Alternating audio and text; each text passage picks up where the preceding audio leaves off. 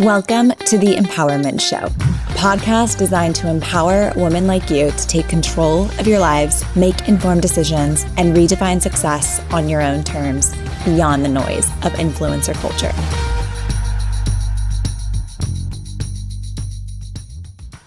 Hello, everybody. Welcome back to another episode of the Empower Pod.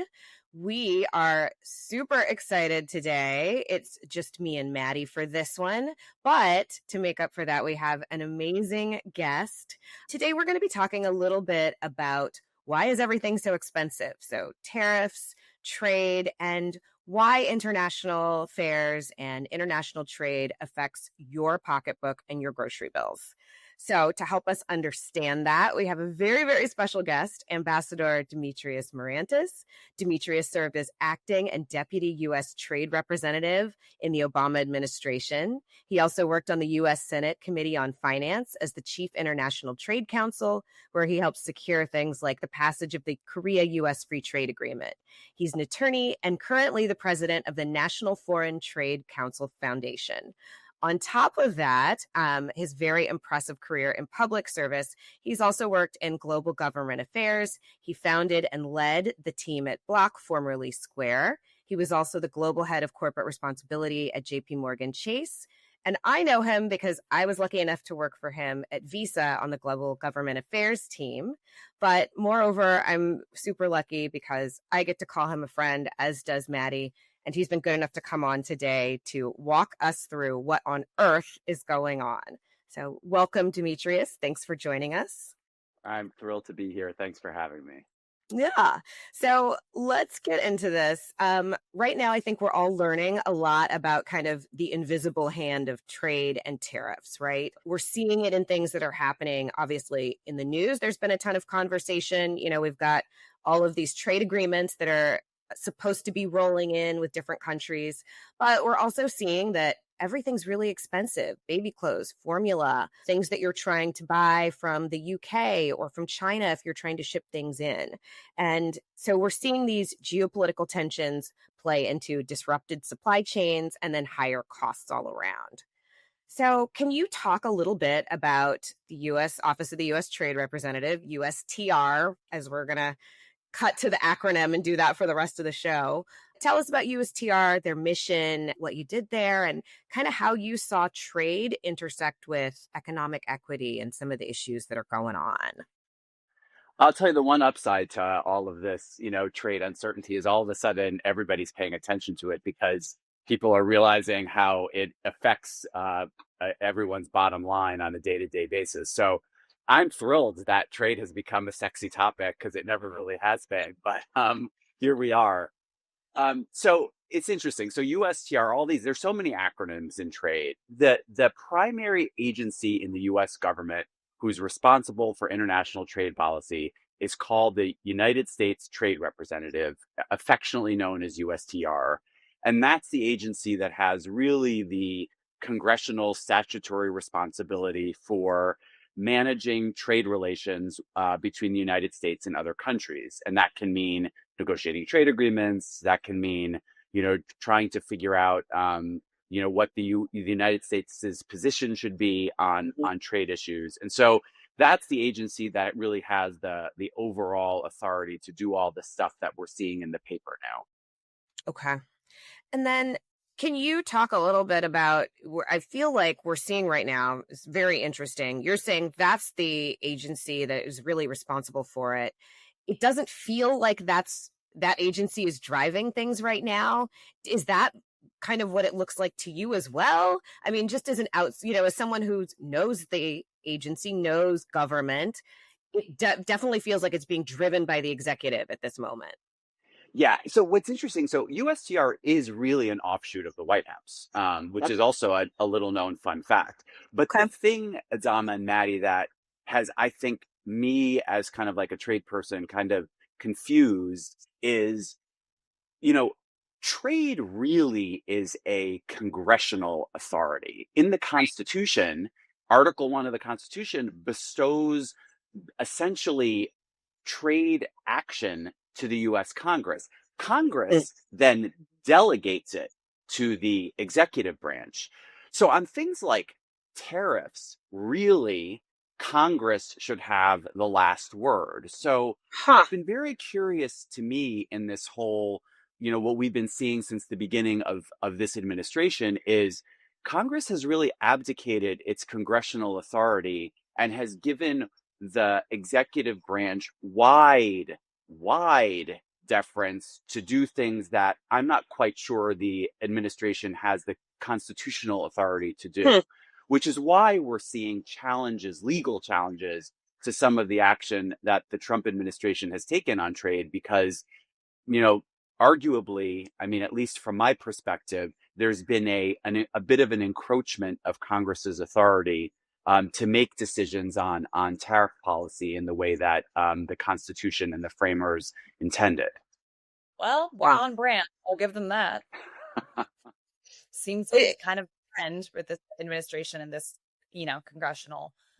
All three branches of government seem to have really kind of just collapsed in on themselves at this point, which is fascinating. But let's go back to trade. I think that, when I was doing my research for this, one of the things that I saw a lot of was that the idea of inclusive trade and using trade as a way to promote economic equity here and abroad, right? As part of kind of just our peacekeeping and international relations effort. It's important to have kind of an equal footing with trade in a lot of different ways. And so can you talk about inclusive trade, what that means, where you've seen that, and has that changed? Has that ethos kind of changed with this administration? I think it has. I mean, the whole point of trade policy for many, many years, it was to reduce the amount of trade barriers in order to allow more and more people to participate in international trade. Why? Because the more you trade, the more opportunities there are to sell goods and services, whether you're a teeny tiny small business or whether you're a large corporation. The more advantages, the more opportunities there are to sell your wares to wherever around the world is a good thing. It's empowering. It empowers small businesses. It empowers workers. It empowers everyone who's involved in international trade. And so the policy for many, many years, since really World War II, has been reduce trade barriers so that you can provide more opportunity through trade to sell, to make your income, to make your livelihood. What we're seeing now is kind of a reversal of this. It's an idea that, well, maybe it's better to shelter yourself from other countries. Maybe that's a different way of providing opportunity. Personally, I don't think that's the right approach. I think that the more you close yourself down, the more you're in a place where you're raising prices and becoming less competitive as an economy and providing less opportunity and less inclusivity to participate in the global trading system. So I think we're heading in a very different direction now, and a direction that has not necessarily worked if you look at past economic history. Where is this coming from, Demetrios? Why are we all of a sudden shuttering our borders and thinking that when we employ only, U.S. citizens and sell only to U.S. companies, that's good? It's a great question, and I think it comes from a variety of factors. So if you look at the president himself, I do think, like, at core, this is what he believes. He believes that, putting up the walls is going to actually make the U.S. economy stronger. Again, I don't believe it, and I think it's a mistake. But I do think at the president's core that is what he believes, and that's animating a lot of his trade policy. But I think what's interesting is I think the receptive audience he's getting is because of a failure on the part of many, including myself, to really explain why is trade a good thing.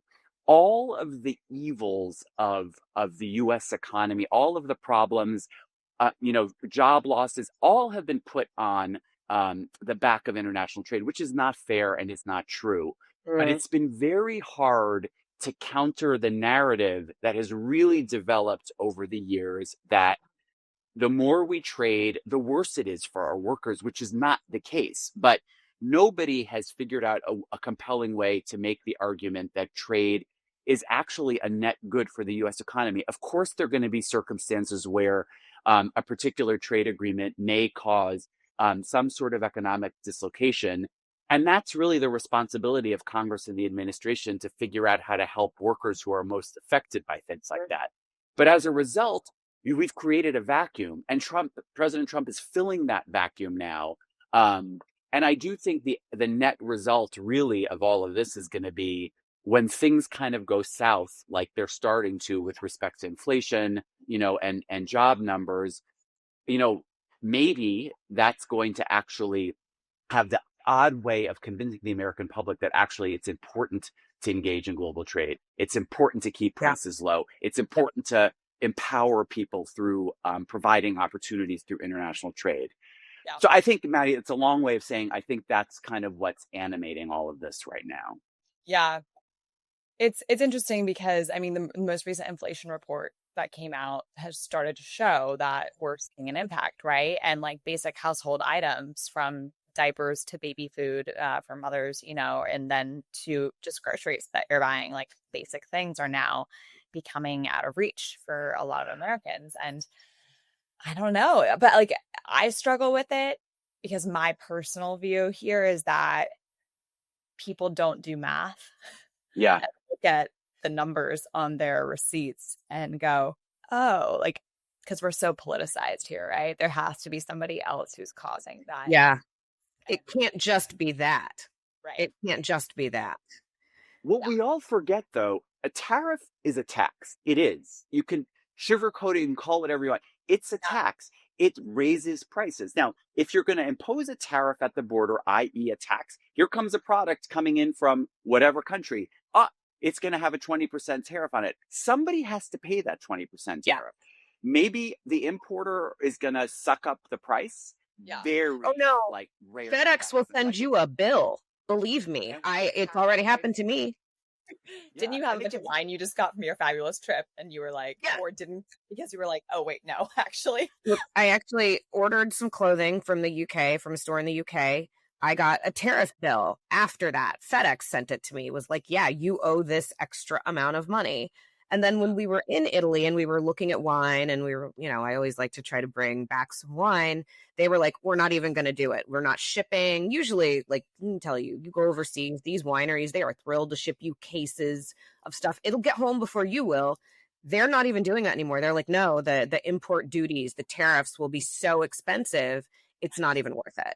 Well, and don't forget, also, it's not just the duties. Yes, the duties, and they're getting passed on to you. It's the compliance costs, too. Imagine being a small business and having to navigate the different rates that are coming depending on what country. Like reporting, you mean, in terms of... Exactly.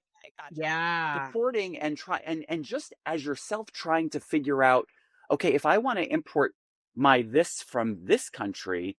How much is it going to cost versus this country? You end up having to hire lawyers. You end up having, it just makes everything. The costs general in addition to the tariff rate. So the compliance costs go up.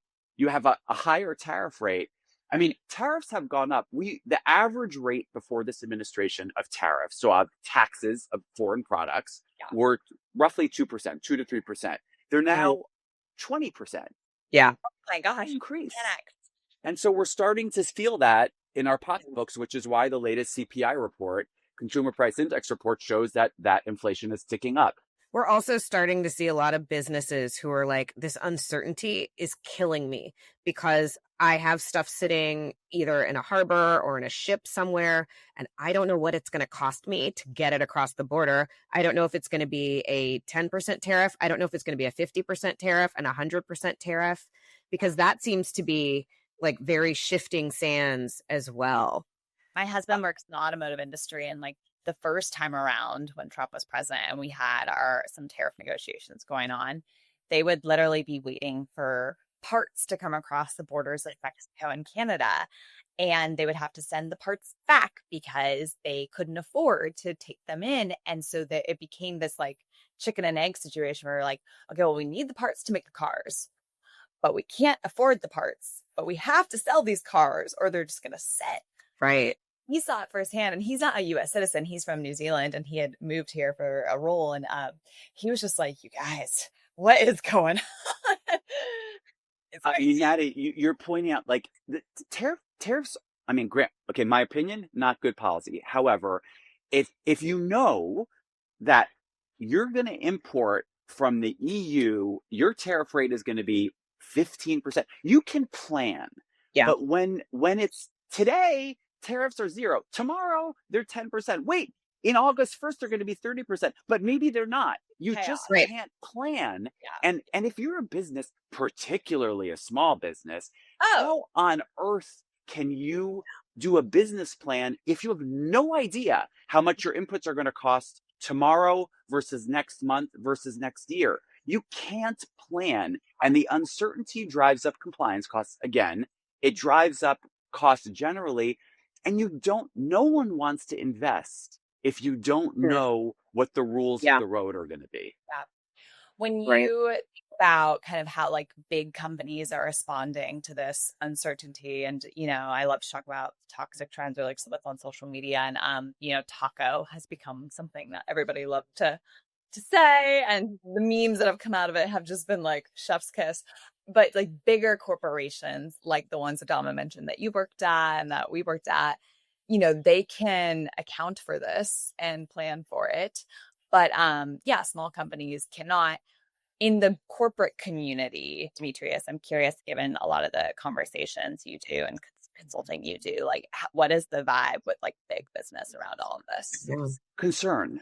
It's the same. It's and Maddie, even big businesses, they have trouble with the uncertainty too. I think that's for them the biggest challenge is just not knowing where this is going and what is U.S. trade policy going to be next in 6 months versus a year from now. It's impossible to plan. And so if you're thinking about if you're working for a big company and you think about, okay, how are we going to manage and mitigate geopolitical risks? This is a big one, and there isn't really a good way of managing and mitigating when you don't know what the rules of the road are going to be. If a company knew a tariff is going to be 50%, that's pretty bad. That's pretty high, but they can deal with it if they know what the rule is going to be, what the tariff rate is going to be. This herky-jerky back and forth thing, I really do think is potentially even more damaging than the actual tariff rate that's being set, is the uncertainty. And because it deters investment. Right. And from conversations you're having and folks you're talking to, does it seem like we're moving closer? Because there have been multiple deadlines. I've seen a lot of charts. I've seen a lot of, like PowerPoint type, like, well, and you hear this conversation like, oh, Canada walked away, but then they came back, or the UK, set out what they wanted, or does it feel like we're getting any closer to having resolution, especially with some of our large trading partners? So I'm going to be charitable for a minute in terms of, so I think there's the benefit. So remember before we were talking about how I do think really the president believes that tariffs are the right policy for the United States. I also think there is the deal-making quality of him that is trying to use tariffs as leverage to secure something. The U.S. absolutely faces market access barriers in markets around the world that are long-standing irritants, whether it's dairy with Canada, whether it's auto tariffs with the EU. I mean, there are definite challenges that have been very thorny to deal with over the years. And, I do feel like the administration is trying to actually address some of these issues through this, on August 1st, you're going to have a 30% tariff if you don't do A, B, and C. If there's a way of resolving some of these longstanding irritants, that actually could be good for U.S. exporters, could be good for U.S. workers. I just don't know if the threats are credible because there's been so much back and forth. If the administration is able to resolve some of these longstanding barriers, kudos to it, because they've been real problems over the years. I just think when you're throwing so much at so many different trading partners all at the same time, all of them are sort of looking at the US right now as like, I don't really even know where to start. Yeah. And it also sounds like some of them have, they're like, well, we'll just work with others, right? Like we've driven, longstanding enemies closer to each other around trade. Adama, I think that is an absolutely essential point. And this is going to be tariff policy can be reversed. Earning back the trust of trading partners. I mean, like I spent years of my career negotiating the Trans-Pacific Partnership. It's something that was this trade agreement with a bunch of countries around the world that President Trump in his first term walked away from, from the very beginning. You build up trust over the years with your trading partners. And then when you pull the rugs out from underneath them, that doesn't engender a feeling that the United States is a reliable partner. And so what you said, Adama, is exactly right. Countries are looking elsewhere. They can't rely on us. They have no idea where we even are on some of these issues right now. So arguably, we're pushing our trading partners in Asia closer to China. Is that a good thing? Probably not if you think that China is a threat.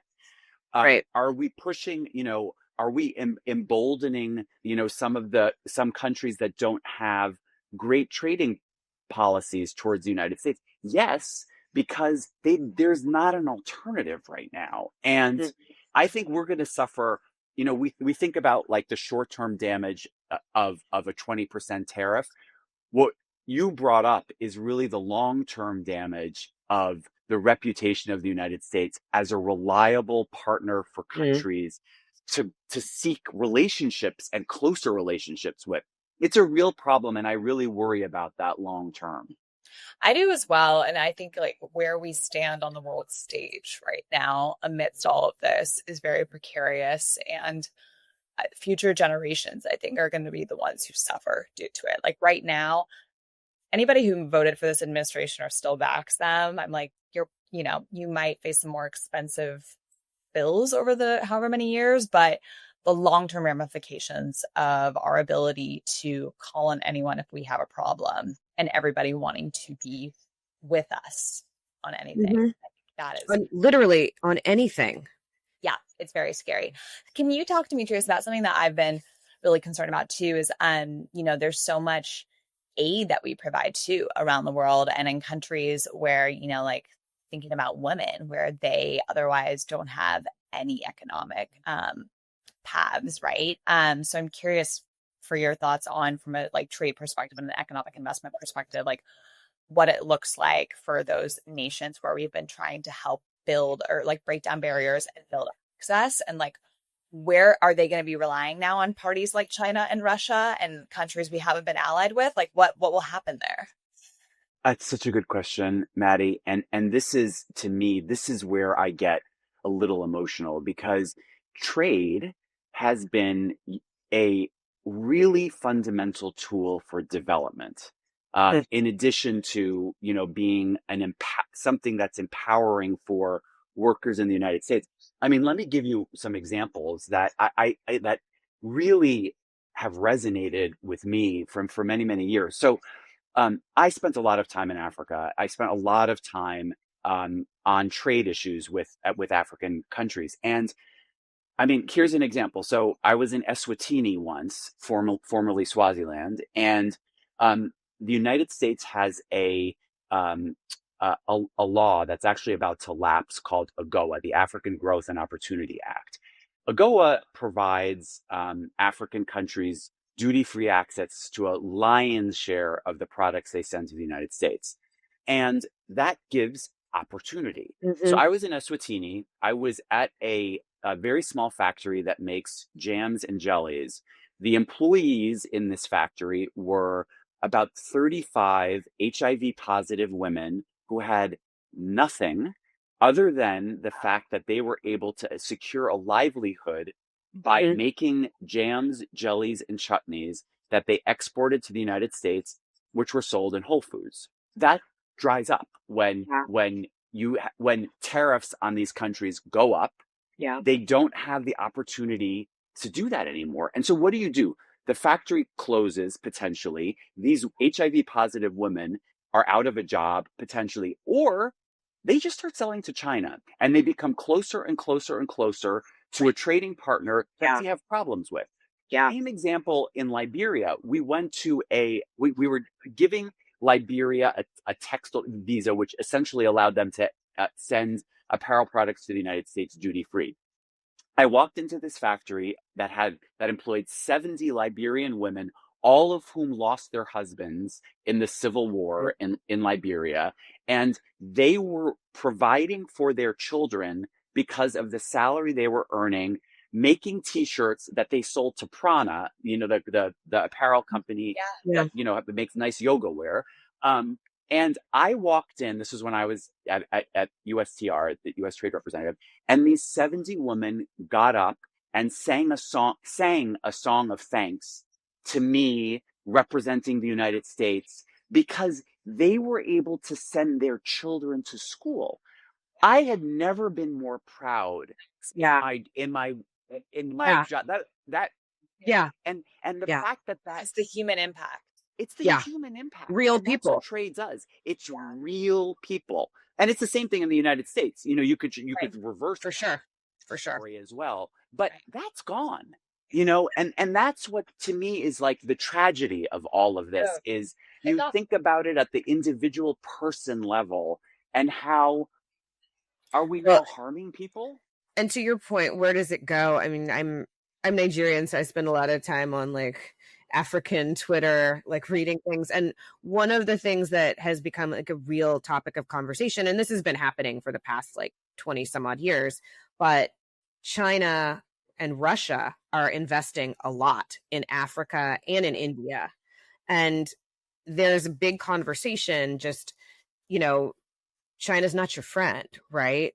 To Nigerian business people, China's not your friend. They're spending all this money, but it's for a reason. It's not altruistic. And granted, the U.S. doing these things is not altruistic either, right? Not completely. It was for making sure that America is thought of, up here when other countries are developing, when they're growing their infrastructure, coming out of kind of emerging nation status, that they feel a type of way about the U.S., right? And it's very interesting to me to watch China and Russia moving into that space because we just left a vacuum. And the further we pull out and the less we do, it leaves more room for others like North Korea. There's no end of players that would be very interested in coming in and, winning in economies and countries the size of African countries or in India. It was a challenge back when I was in government too. I heard all the time from countries, particularly in Africa, we want to see more of you. Not me, more of the United States. I'm sure they wanted to see more of you too. Definitely.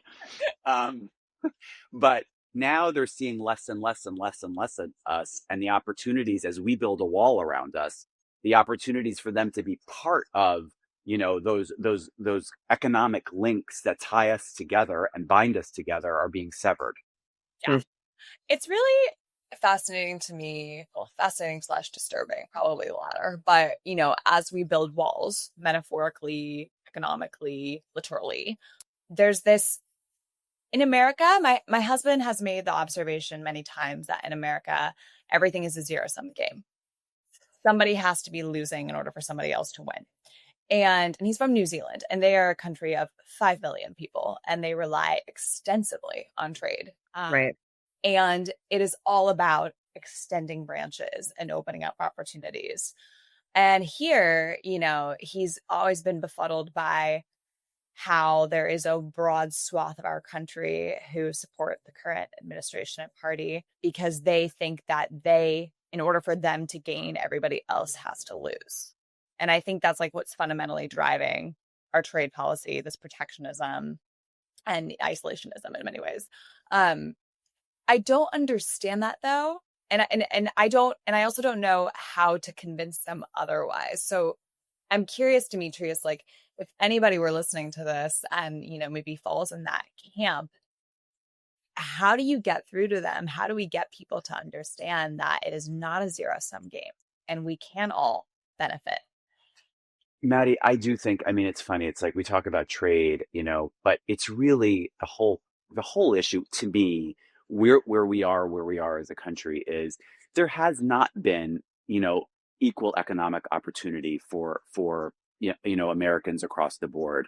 And that engenders resentment. It engenders and it expresses itself in many different ways. And we've had a populist resurgence on the right. We could equally see a populist resurgence on the left as well, Yeah. for the very same reason. How do you solve it? We really need to come together as a country and think about how do you provide economic opportunity, not to Democrats, not to Republicans, but to Americans. And Right. unfortunately, I worry very much that the recent tax bill that passed is really going to exacerbate the situation on the ground and is going to make it even more challenging to actually come together as a country to provide the type. When people feel economically secure, they don't feel like they're in a zero-sum game. There's Right. enough, resources for everyone to Well, be yeah. able to be happy, And that's and provide for their families. Right. and I feel that is something that is very rarely talked about. I feel like Americans go to other countries and they're like, wow, it's so clean in Japan, and it's so safe. You can leave stuff on the street and people don't steal it. And they're like, oh wow, you go to Europe and it's free healthcare. That's so crazy. I fell and broke my leg in Europe and it didn't cost me anything. But they don't talk about the systems and the infrastructure that make that type of community and like communal type living possible, right? And that is investing in infrastructure that is very high taxes, by the way, but that is investing in community, prioritizing education, prioritizing housing. Housing is very cheap in other countries. You rent, you can buy a house. I mean, and the government subsidizes things heavily to make those things possible. And I feel like Americans look at that and they want to cherry pick the good things from it, but not really lean into what you have to do to make that possible. And also some of the past that some of these countries have come out of that make that a priority, right? Like, why does Japan feel like that is what they need to do? Why does, Europe, who had horrible fascist leaders, feel like that's what they need to do to make sure that society stays at a certain level and people stay at a certain level? So I think we need to talk more about why some of those things are possible in other countries, but we seem to struggle with them here. It's interesting because probably roughly half my income goes to taxes, just about, maybe a bit more. I don't know, somewhere in there. And like, I honestly don't really bat an eye about it anymore because it's just kind of like an expectation and kind of where I've always been in terms of the bracket I'm in. But I do understand why people get frustrated paying as much of taxes that we do in the US, because when you actually look at our systems and how public policy is formulated, you're kind of going, where is my money? Where's the money going? They clearly cannot figure out how to invest those taxes smartly, right? And so, but then you get this like conservative, like populist, fringe, because they're like, the government is stealing our money and they're not doing anything. And so, like, F them. Like, well, and people on Medicare need to be working, and all of these things that we're hearing right now, right? Right. And so I do I understand where people are coming from and the frustration, because like in a city like San Francisco, where I live, considering how much taxes I pay, up until recently, it felt like the city was just not spending money wisely, especially on issues like homelessness and other, ailments that the city has suffered from.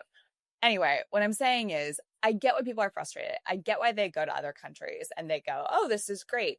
But again, they're not connecting the dots and going like, oh, systemically, we have to change everything.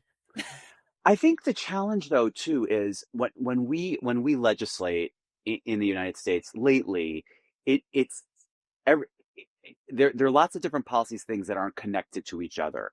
And so there was a bill in 19, and I always refer to this. In 1988, there was this thing called the Omnibus Tax and Competitiveness Bill. And it was a huge, gigantic bill that Congress passed, the president signed, but it connected the dots. It was about taxes. It was about trade. It was about education. It was about healthcare. It was about how to make the U.S. economy competitive.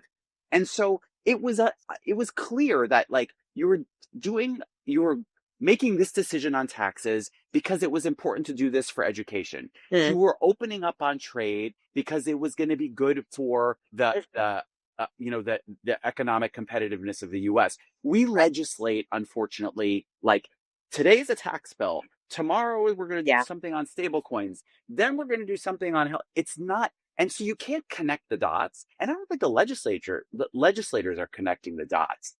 And as a result, you don't piece together something that's going to make the U.S. economy sensible to Americans, everyday Americans. And I mean, look, it's not really rocket science. It's just going to be a question of whether or not in a future administration and in a future Congress, if people can just get over themselves and get together and realize we have a country to run.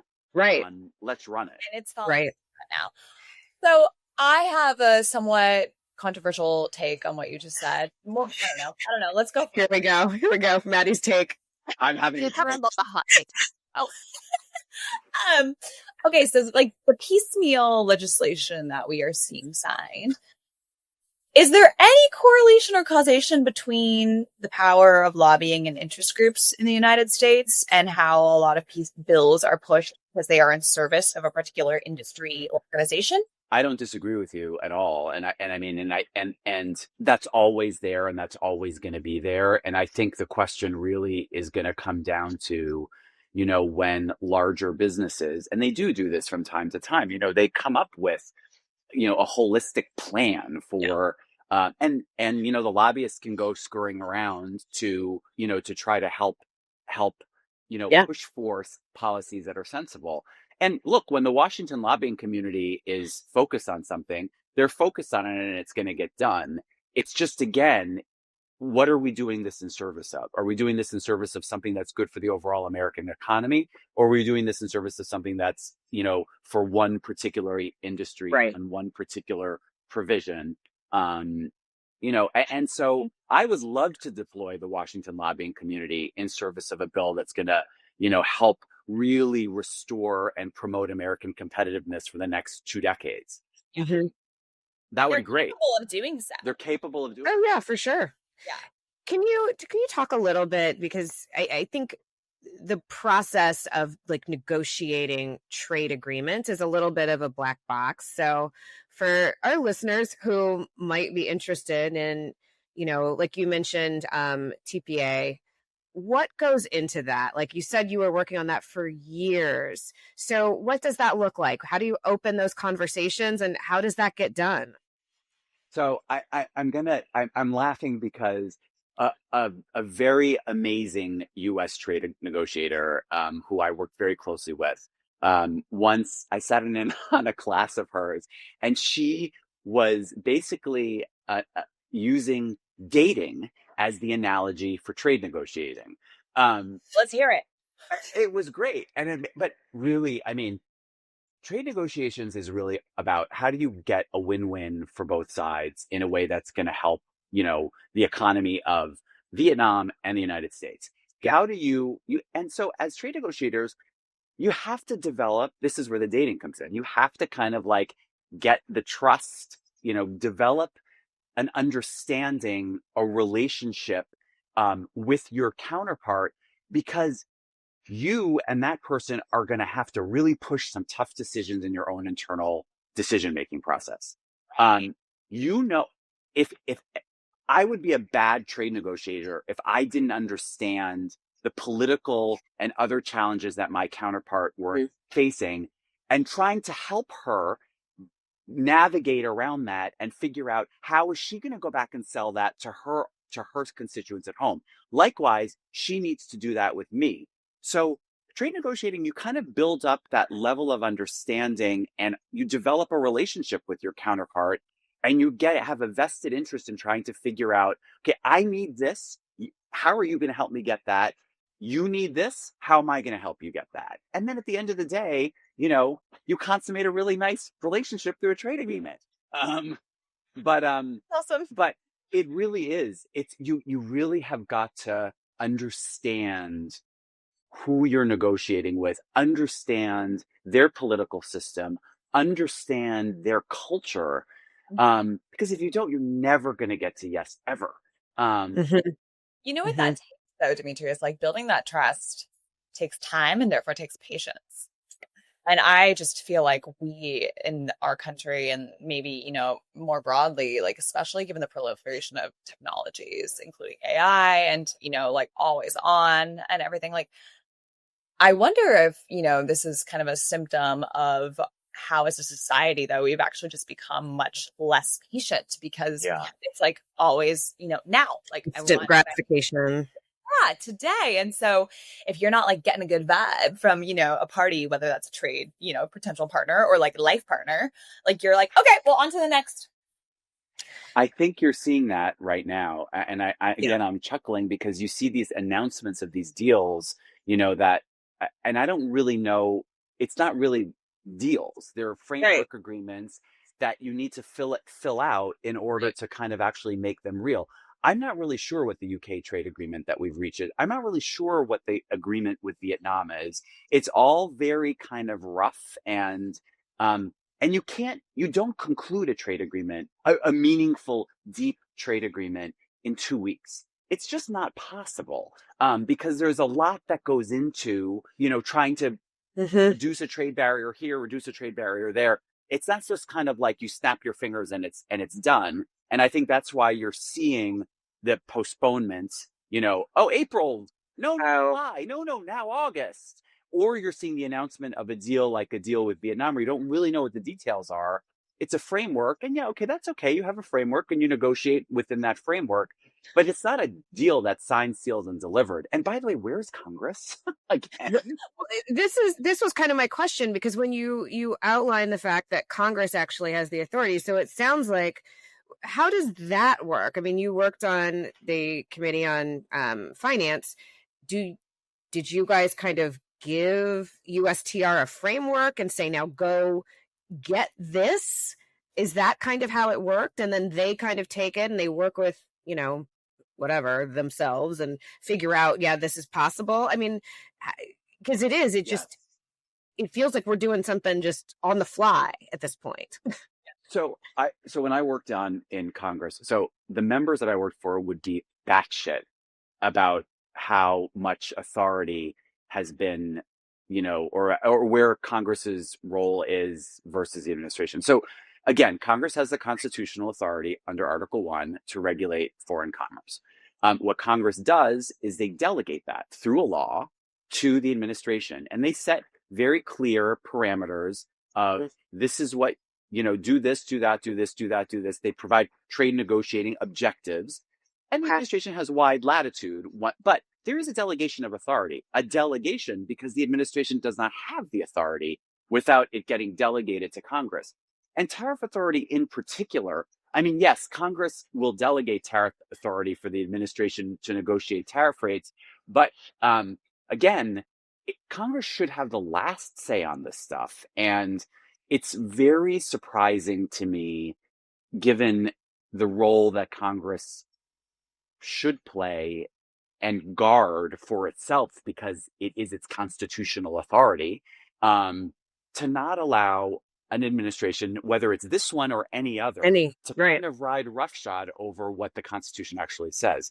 And Congress, for all of its foibles, it provides meaningful input because it hears from the constituents in whichever state or district, and they feed that into the administration's negotiating priorities.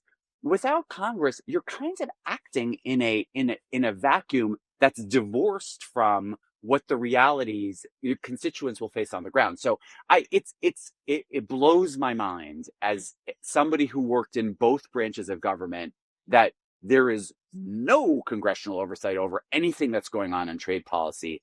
other than a rubber stamp. It's kind of astonishing, to be honest. Well, that I feel like that explains so much then about what we're hearing, because on the Canada, right? Like we heard that there's like a problem with fentanyl, and then you dig into it and it's like 40 pounds of fentanyl, and like we're doing all of this over like 40 pounds of, you know what I mean? And it does feel divorced from reality. It does feel like there's no real plan or plot behind it. And now in the meantime, like Canada has developed like a pretty anti-US sentiment, right?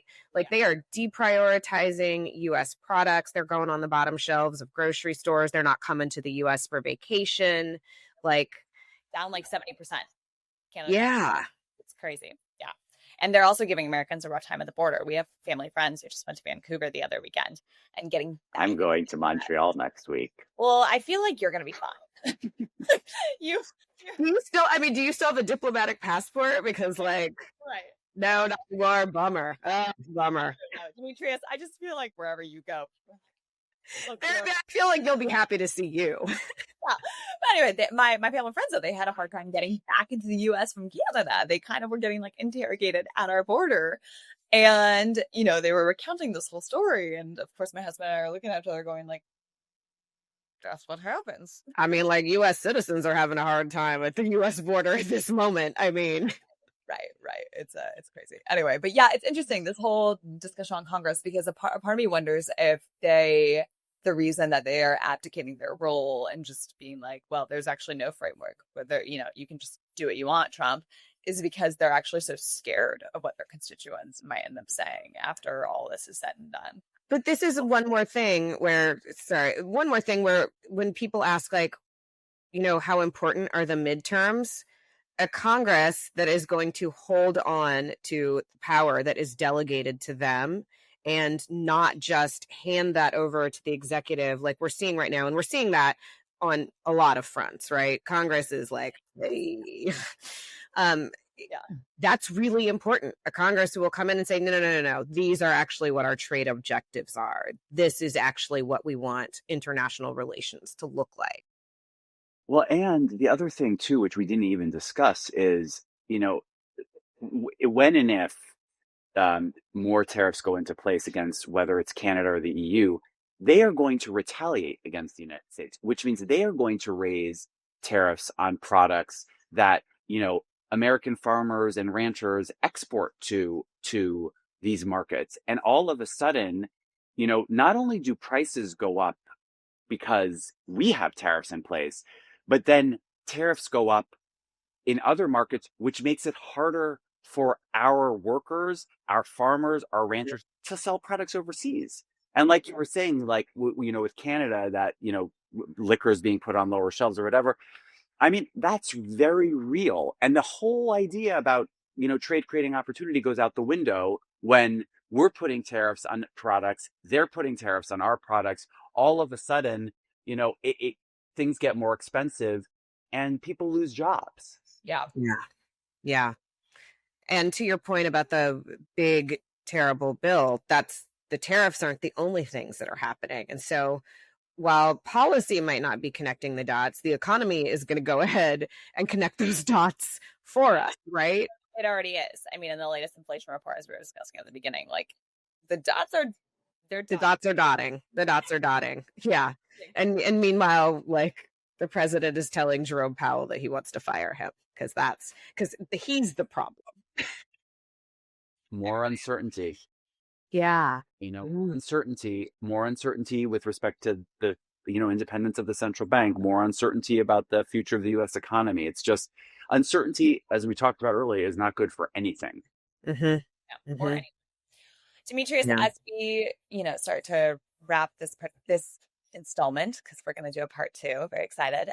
You know, given all the uncertainty, are there any resources or tips that you might want to share with our listeners to maybe not have certainty, but to have some semblance of security? Or just more information, right? More information. Yeah. Definitely. I mean, again, going back to the very beginning, like trade has never been interesting. No one has ever been interested. I've always been interested, but not everybody. Now, let's learn about it. So I have 2 books that could be No, Good book. not. I didn't know I you wrote do. 2 books. Oh no, not mine. I can recommend 2 But books still, written by others. Okay, so one really is about like U.S. trade politics. It's called American Trade Politics, and it's by I.M. Dessler. It's a really good book. It's a book that people, if they're wanting to get kind of their nuts and bolts on international trade, will read. It provides the foundations. Then there's a book that's more fun, I think, and it's not necessarily written from the perspective of the U.S. It has a great title. It's called Why Politicians Lie About Trade, and it's by Dmitry Rozobinsky, which it's really like, earlier when we were talking about how politicians used to always say trade is like the best thing ever and would not acknowledge, some of the dislocations caused by trade, or trade is the source of all evils. Any job losses because of trade, those extremes. This book kind of talks about why politicians have made actually engaging in a rational trade debate hard, because they've have extremes on both sides that have actually made a realistic, real, truthful debate on trade very hard to do these days. So I would recommend both of those books. Okay. Well, thank you. You need to write a book, my friend. I'm like, I was not shocked at all when you said I have 2 books. I'm like, of course. I have ideas in my head. I just have to have them go onto the keyboard. Yeah. Okay. Well, I hope you find time to do that, because I would absolutely read your book. Absolutely. No question. Yeah. Before we wrap too, Demetrios, we were talking at the beginning about how if people need advice on like wherever in the world they're going, you just always have a tip because you're Mr. Worldwide. Do you have any fun trips planned? We have an episode coming out too about like travel adventures, and so. Oh my God, sign me up this summer. Yeah. So we're going at the end of the summer. So my husband is French. So we always go and visit his mother, and we usually like to append some sort of something onto that trip. So we're going to drive from where she lives in Normandy, go to Burgundy, do some fun wine tasting, and then drive south to Provence and do some more rosé wine tasting. So we're having sort of like a wine themed trip coming up. Love it. Which I think will be really love it. Fabulous. Okay, love that for you. Well, thank you so much for joining us today. We're gonna part 2. We'll have another conversation with you about geopolitical affairs and taking a review of like international relations in the world. So really looking forward to that. But yeah, so good to see you. Appreciate you. Thank you so much for joining us. For having me. This was great. Amazing questions and a great conversation. Thank you, everybody. Make sure that you stay tuned and that you come back next week for the next part of our conversation with the amazing Ambassador Demetrios Marantis. Bye, everybody.